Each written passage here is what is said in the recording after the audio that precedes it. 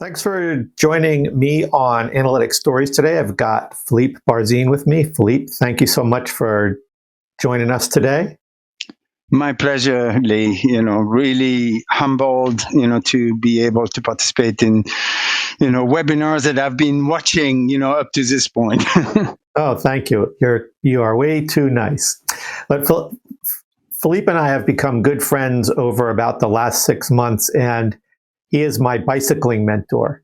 So you'll hear him and talk about this, but he's a real athlete, which I am not. But we talk about bicycling, and he really gives me a lot of good information and encouragement.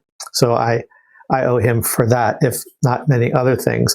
So why don't you just give us a quick rundown on your deal, and then we'll jump into the interview.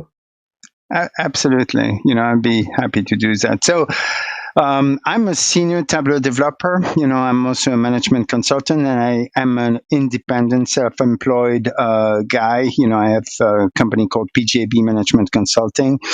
I come actually with an experience, with both startups and also Fortune 20 companies such as, Johnson & Johnson, Eli Lilly, etc.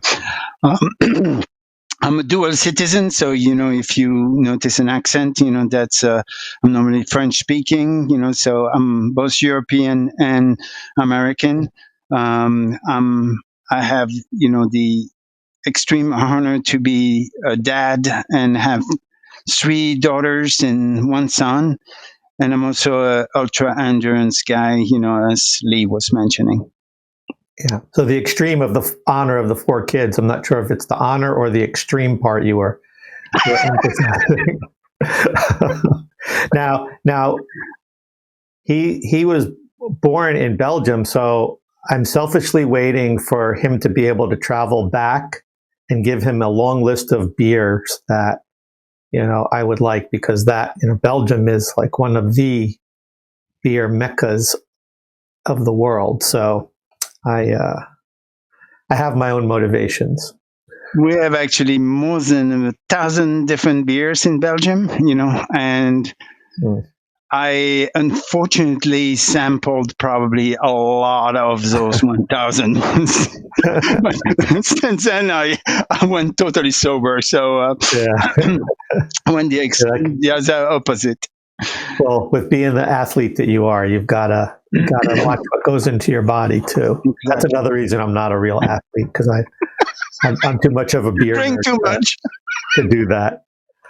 So all right. So well, we'll have more kidding. So I don't want to say all kidding aside, but let's just jump in.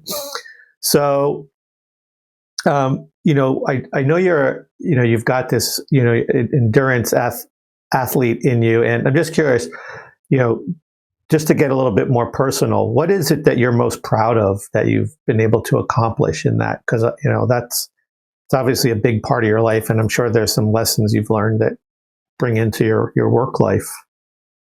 Yeah, no, thank you. So I did a lot of triathlons in my life, and I did also some ultra marathons, in the process. But probably the one that sticks out is the G&J Olympic Triathlon that I did in Philadelphia in 2016. And just so that Olympic triathlon means that you swim for 1.5 kilometer, and then you go on your bike for 40 kilometer, and then you run a 10K. Basically, that's what it is. And I was part of the G&J triathlon team, at the time. That was actually the 3rd time that I was doing that triathlon. But it was a very special time because I was coming back from the previous year, right before the run part. So right before the 10K, I totally ruptured my Achilles tendon, Oh, wow. So I actually finished, believe it or not, but I had to go through surgery and relearn to walk, after that. And so I was basically and it took me about a year basically to get back. So that was a recovery journey, from a personal standpoint. But that's not why, this was the most important. The most important, comes from the fact that it was also a fundraising event. And, Yeah. in this particular case, I was raising funds for the granddaughter of a friend of mine, a colleague of mine, who basically shortly after turning 1 year old, developed acute myeloid leukemia, and basically spent 9 months at CHOP, the Children's Hospital of Philadelphia. She went through 5 rounds of chemos. She went through 3 bone marrow transplants, and kept smiling and dancing until basically she passed, from cancer a few months before the race. And I was basically raising money for pediatric cancer research, in the process. The reason why, I was, of course, extremely motivated, and it was actually helping me even, in my recovery journey, because, you say, what right do I have to complain, when I compare to what this little girl is going through?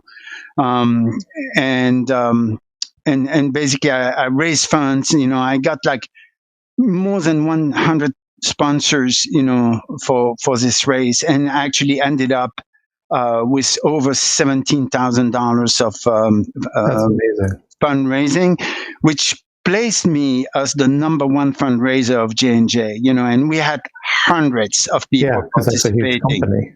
It's a huge company, as you know. But let me ask you a question about that motivation, though. So, because I want to hear how how you were able to, maybe even translate that, or that the motivation and discipline, especially when you were injured and coming back from such a big injury, and having such focus on that fundraising. When you're doing your work, and I think this is a great story to tell people too about that, about your own ability. But how do you help, your customers, because I'm like you, I get it. If you're a unit of one, doing the work as a solo entrepreneur, how do you go in and help your customers have that same kind of focus? When you go in and you sit down and you're starting with a customer, what is it you tell them they need to do, as kind of a start, and how do you keep them on track? The same way that you're able to keep your level of focus up for such a long time in what you do in that kind of training environment. Yeah, so there's a couple of things, that helped me in the process. One is I worked in the military, for a couple of years, and there's this concept of what's the mission? Okay. So I think that's one of the things that I always try to really understand extremely well, is what exactly is the mission. The second thing that helps me is I'm also trained as a master black belt in Lean Six Sigma. That's something that I learned at J&J.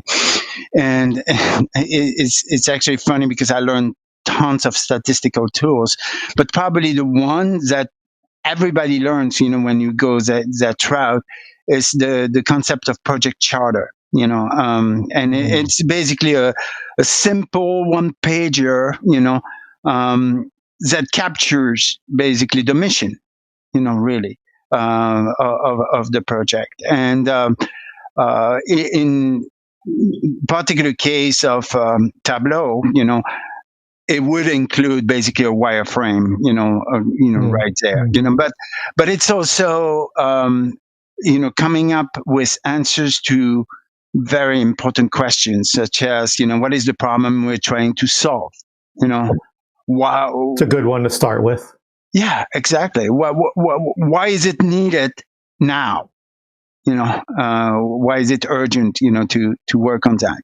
Who are the primary and secondary audience, for this, particular dashboard, because, I'm usually working on dashboards.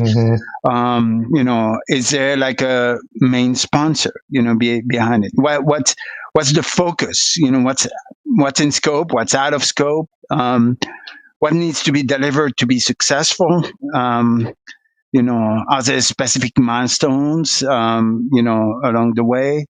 I love that, because, I got a little nervous when you said mission, because when you talk, especially when you talk about big companies, right? You think, oh, what's your mission statement? But you're talking about like, a real mission, right? Like a military mission, right? And so it's all those things you just described, I'm assuming, is what makes up the mission itself. You're not sitting there trying to come up with a corporate mission statement. It's like, these are the things we're trying to achieve. Here's, and it helps you lay that out by going through each of those points. Absolutely. So, the second part of your question was, how you stay on track, and how do you keep, the customer focused on that mission? And I must say that's a tricky question, because I could really do a better job myself at this. I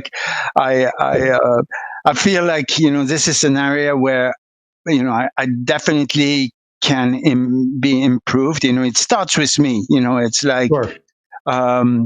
Revisiting that document, that we put together, at the beginning of the project, trying to revisit that I would say on a weekly basis, or bi-weekly basis, making sure that, we're still aligned. This is still the mission. Right. It hasn't changed. So that's basically the second part of my answer. Yeah, that makes sense. And by the way, you're only human, right? But so, but I think it just points to the challenge that we all face of staying on track. But I think if you have something like that, it really helps, because you're also able to then relate back to it. It becomes your reference point for any decisions you have to make too. So I think that's good. And exactly. I think actually that's a good jump into the kind of the next question, because I want to, as you're thinking about that idea of how do you stay on track, how do you make those tough decisions? I know you said you were, in the military and special forces, so you've probably been in situations, getting back to that side of your life, where, you probably had to make some uncomfortable decisions. Maybe they were necessary, but maybe they were uncomfortable. And I'm curious, over the last year, what you've seen with your customers, because the pandemic, not to get into the medical side or anything of it, but, I'm curious if you've seen anything in the way customers are now maybe dealing with situations that maybe before were not issues for them, but now because of the pandemic or other things they have to do, these things are putting them in situations that they feel maybe they're more uncomfortable, or they're having more trouble making decisions about them, and it's impacting your ability essentially to deliver the project. But, even more, to your point before about staying on track, it's affecting the mission. How do these things that they're doing impact that mission, where before maybe they weren't? So what are some of those things you might be seeing, and, how are you dealing with those? Yeah, so it's really an interesting question. I really had to think about this, a little. But, there are really two aspects, that are different, from the previous years. One aspect is the financial uncertainty, so, clearly what I see with clients is they don't know how much it's going to be impacting their business. And I got lucky because, for example, I'm helping companies that is in manufacturing of roofing, believe it or not. And for them, this is the best years they've had in 100 years of history of the company. Wow. So you have that. In comparison, you have some other companies that are basically struggling, and seriously struggling.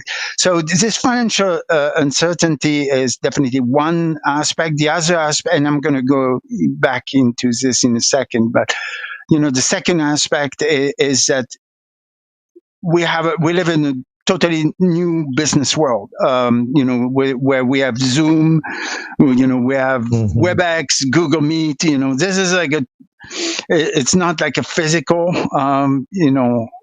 communication. It's now, this online communication, which opens a totally different world. But coming back to the financial uncertainty, you said, what's the impact? How does it translate? For me, what I've seen is that, unfortunately, a lot of clients choose to be more tactical than strategic, because they're afraid, of investing too much, and so I feel like, a lot of decisions are made, for the next 3 months, for the next 6 months, but maybe not for the next 3 years. More short term. More short term. Okay. So things. I know one of your area of expertise, for example, which is data literacy. I mean, it's for me fundamental. It's extremely important. But I feel like, the focus of a lot of customers is more around, and I don't want to, depress you when I say that, but, it's more about, I need a dashboard, in the next 3 months, But it makes sense that's what they're doing. So have you seen any, I'll say, negative outcome because of that where you've seen that they should have thought and behaved further ahead in how they approach things, and because they've been more short term, that then all of a sudden they're like, wow, why did that happen? And it was because they made that more shorter term decision. I see it almost every day.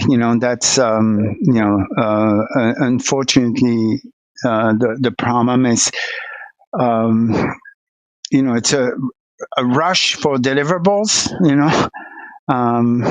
as opposed to, taking the time, to do things right, and build for sustainable solutions, and, I believe it's a balancing thing, always. Of course. But right now, I think it's tilting a little bit too much to my liking, on the tactical side. So do you have any example, like one example you could share, just so people could maybe recognize the problem when they see it starting to come and say, wait a second, we want to rethink this before we go in that direction? Something more general. Yeah, I do have, a current example is, I'm helping this company. I'm basically hired by the IT organization, but I'm actually supporting a VP in the business part of that particular organization, and I'm listening to what what are her user stories, what are her needs, what is truly the mission, and I feel like I know what she needs, and I can build it, but I'm pulled back, by the IT organization to deliver some things that is minimal, So I'm delivering something, but it's minimal compared to what I could develop, for her, because Yeah. I did like some proof of concepts already. She responded, extremely positively, to the proof of concept, but I was asked to basically pull back a little bit, Sure, I understand. and so Maybe that like what I hear you saying is for people, especially if you're working because you're in between, right? Mhm. So if it's almost like if you follow, I'm a big Spider-Man fan. So Spider-Man, for those of you who know followed it or seen the movies, right? He has this spider sense. So it makes me think of that. It's like maybe there's nothing specific you can point to, but you could start to get the vibe. Like, wait a second, something doesn't feel. I hear, I hear the business, and maybe it could be the other way too, right? Sometimes the business pushes IT to do stuff, and IT's wait a second. So on one side is you feel it's more they're thinking longer term, more strategic, and then the other side is push, push, push, and your little spider sense is tingling. Like, wait a second, this is not the right thing to do. At least as someone like myself or yourself who are the consultant, not necessarily being a full-time employee in situations actually is an advantage because it's easier to go in and tell people to stop behaving that way and try to figure out some kind of better approach. Whereas a lot of times when you're an employee, you just feel caught in the middle and you just try to end up whoever pushes you the hardest or whatever ends up making the decision. So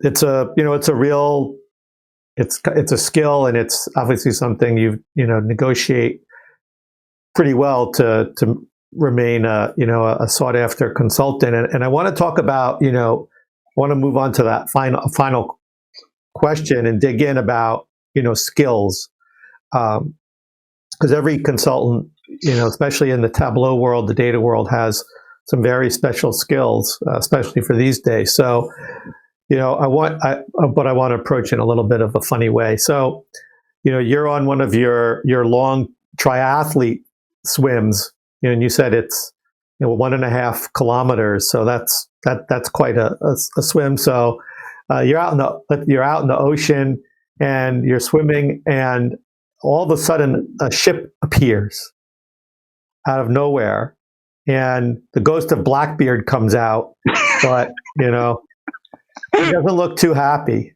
because you've disturbed him. And he says, this was my place of rest.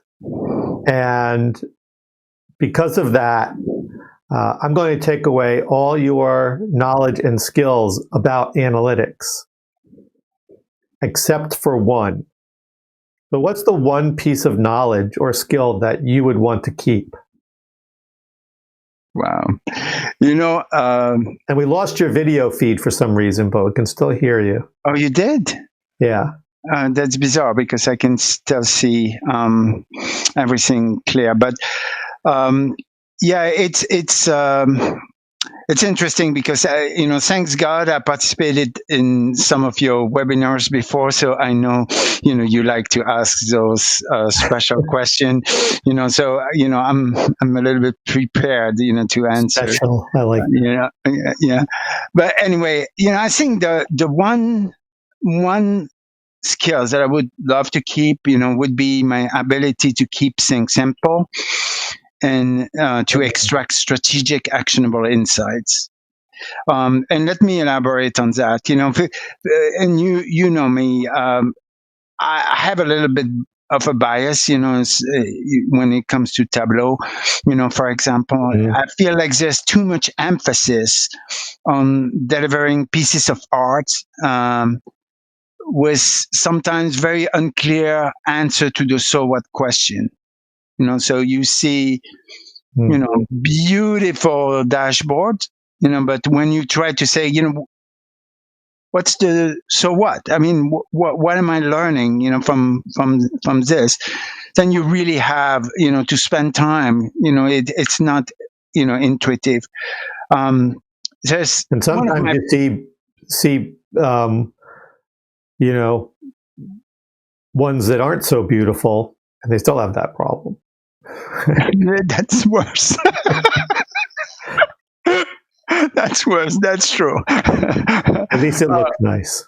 Yeah, but I actually, it's one of the things that I learned from you. Is you. And I'm probably not going to do justice to what you said, but you said I don't build dashboards. I build solutions.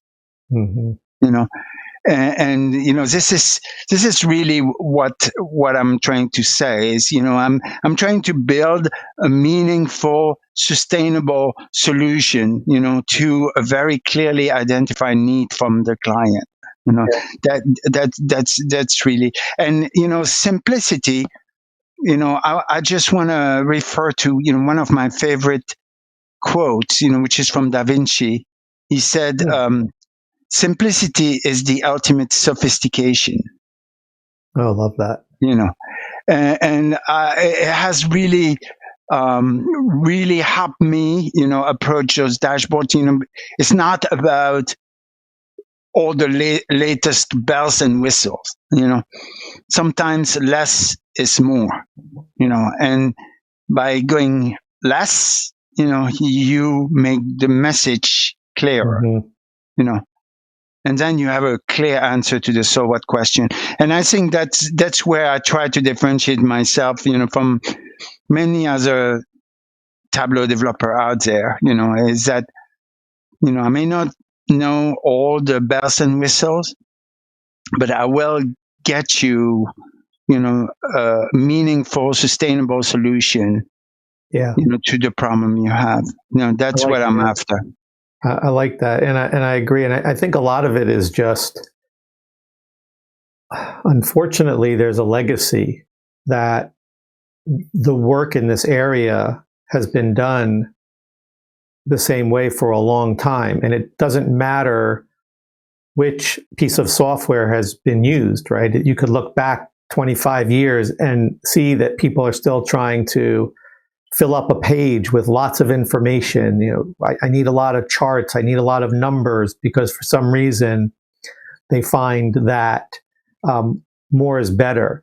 And actually, there's something I caught on a TED talk recently. It was a random talk I came across, and it was somebody talking about this thing called the diffusion effect.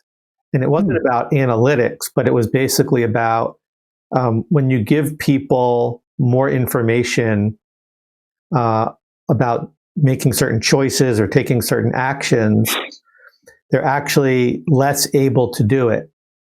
And it was really interesting, and it made me think about, well, wait, how does that apply to the work I do? So does that mean that there's a real psychological reason that you shouldn't put too much on the page, other than it just doesn't feel like that's what you should do?